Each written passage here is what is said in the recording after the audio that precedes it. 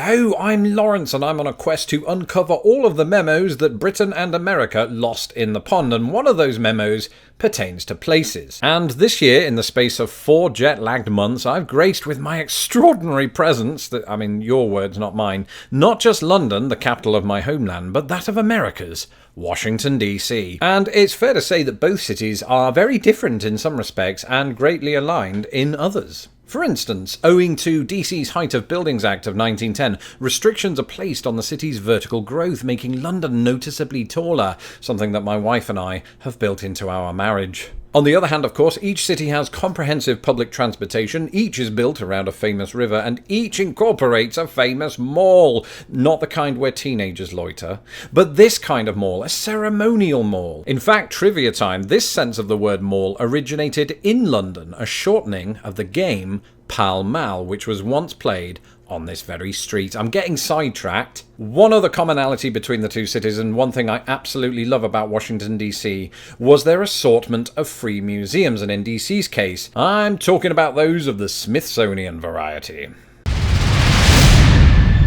Where I live in Chicago, there are more world-class museums than there are World Series winners. Whether we're talking about Shedd Aquarium or Adler Planetarium or, the Field Museum, all are deeply enriching, all are very comprehensive, and all cost an arm and a leg, or at least a toe if you live in Illinois. And this presented something of a culture shock. When I lived in London, museums were free, and I, in my naive state of thinking, believed that this was the case the entire world around. It wasn't, but it was the case in Washington, D.C. You see, the National Mall was home not to abandoned Halloween stores, but to the Smithsonian. Along the border of D.C.'s most famous rectangle was museum after museum, and it's a source of great frustration that we only got to visit 3. The first of those was the Museum of the American Indian, which was housed in an early to mid-2000s building of which the 1960s would have been right jealous. In fact, design choices intentionally reflected the Native American culture and experience, with its curvy linear shape depicting natural rock formations shaped by the elements over thousands of years. The museum itself was an insightful look into Native American history, with the chief, pun intended, highlight being the exhibit on treaties. Now, like any good museum, it did feature a short film, which was great because it meant I got to sit down. And this one was bloody educational. What? It was a dramatic look into the Indian Removal Act of 1830. If only the last few minutes hadn't been interrupted by a loudspeaker-wielding tour guide. I'm not bitter in the least. Anyway, next on our list was the National Museum of American History, which looks at, wait for it, the history of America. Of particular interest on this day of days was the section on First Ladies, whose clothing choices mark clearly the passage of both time and shoulder pads. And it must have been a Saturday night because I was also quite taken by Judy Garland's ruby slippers. And then we clicked our heels together and declared in one voice, there's no place like the Air and Space Museum. There's no place like the Air and Space Museum. I could go on. I won't. The Air and Space Museum was fab, if a little under construction, not least because it housed replicas of the V-2 rocket, the Apollo landing module, and Buzz Aldrin's fist. Pressed for time, we at least managed to lose ourselves, not literally, in the planetarium, where the disembodied voice of Neil deGrasse Tyson gave us the lowdown on dark matter, which makes up 68% of the entire universe. The other 32% might be made up by our next entry.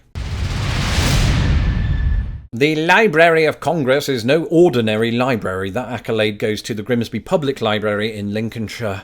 No, the Library of Congress is absolutely quite large. It's so large, in fact, that the DC portion of it consists of 3 different buildings, each named after a president. The John Adams, the James Madison, and the Chester A. Arthur. Joking, it's the Thomas Jefferson building. Indeed, en route from Adams to Jefferson, our insider took us through a complex series of underground tunnels, which lay under Capitol Hill and are largely unused by the public.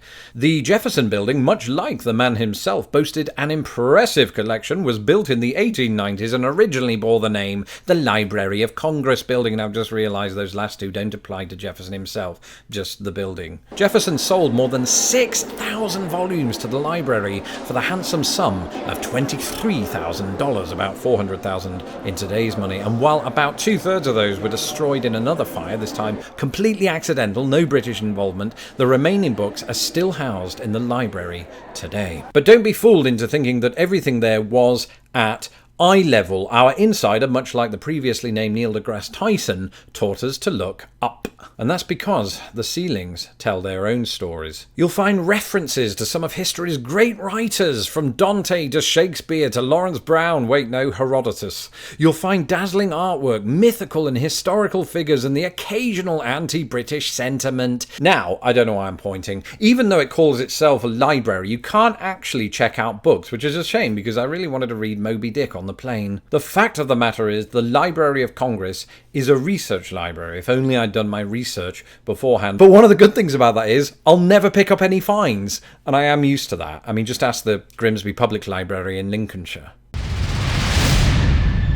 In the 20th century, the Washington Monument played host to some of the most iconic speeches in history. From Martin Luther King's I Have a Dream speech to Forrest Gump's And That's All I Have to Say About That speech, where Jenny completely embarrassed herself by jumping into the reflecting pool, which you're really not meant to do. Don't do LSD, folks. But there's one thing that both events singularly failed to convey, and that is the bloody long walk between the monument and the pool. To this very moment, my feet still bear the scars. And no, I didn't cool them off in the reflecting pool because some of us have more respect for national monuments. Jenny, yep. Anyway, in my mind, it will always be to DC what Nelson's column is to London. A gigantic phallic monument almost certainly designed by a bloke. But to see it was, in some way, the continuation of an American checklist. After all, I've witnessed firsthand, the Statue of Liberty, the Golden Gate Bridge, and now the Washington Monument. It says, I'm very important. I'm a man of the world. I'm well-travelled. Or I'm a tourist. One of those. Probably that. Now, I should caveat this entry by saying that we never actually entered the Capitol building, partially because it was under construction and mostly because there were too many museums. But a big reason for its inclusion on this list is it's just a fine piece of architecture. And while I keep assuring myself that size definitely isn't everything, the US Capitol absolutely dwarfs many of its state-based equivalents, though I'm assured by very persuasive Texans that theirs is larger because, don't mess with Texas. Built in the early 1800s, the Capitol is by no means alone in boasting a neoclassical style. The White House, Jefferson's Memorial, and the Supreme Court all drew inspiration from the likes of the Parthenon in Athens and Naboo in Star Wars. And the US Capitol has quite a sheen to it, which in turn renders its white facade reflective, making it a focal point for photographers and YouTubers. But the main reason that I fell for it, that's awful, was that it was visible along the entirety of the mall, so in tandem with the monument, it served as a surprisingly passable navigation point when exiting a metro station. Something that was particularly true when Google Maps instructed us to head, say, north, and we had absolutely no idea which way that was, except we did, because we already knew that the monument was to the west of the mall and that the Capitol building was to the east. Furthermore, if Washington D.C. were an atom, then the Capitol building would be its nucleus, positioned as it is at the very centre. And on the subject of navigation,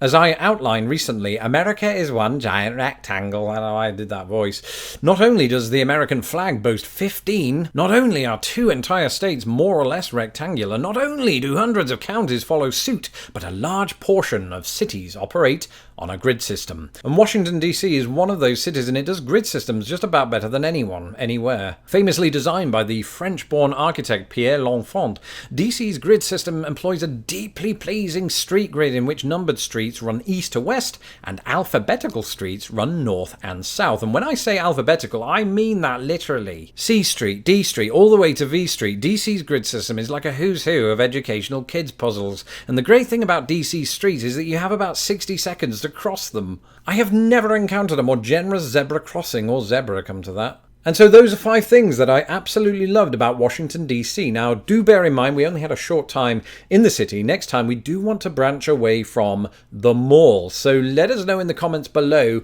which other places I should see and fall in love with, or just fall onto. In the meantime, don't forget to follow me on Instagram and Twitter, and I'll see you in the next video. I mean, not literally, you won't be there, it'll just be me. Alright, bye. Thank you for watching this episode of Lost in the Pond. Don't forget to hit my stupid little face to subscribe, and please share this video with the world. Hit me up on Twitter, Instagram, and Facebook, and if you would like to support this channel, please do so at patreon.com/lostinthepond.